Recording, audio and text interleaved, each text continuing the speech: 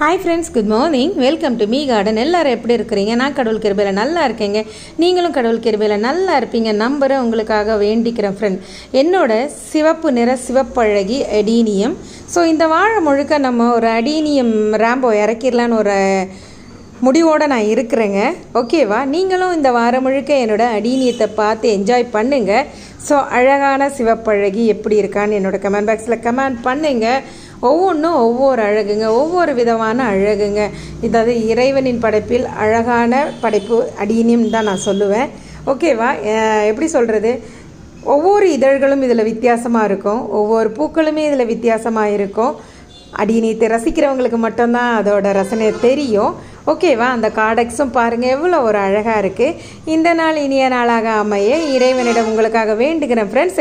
So இந்த வாரம் முழுக்க நம்மளோட அடீனிய அழகிகளை தான் அணிவகுத்து இறக்க போகிறேன். பார்த்து என்ஜாய்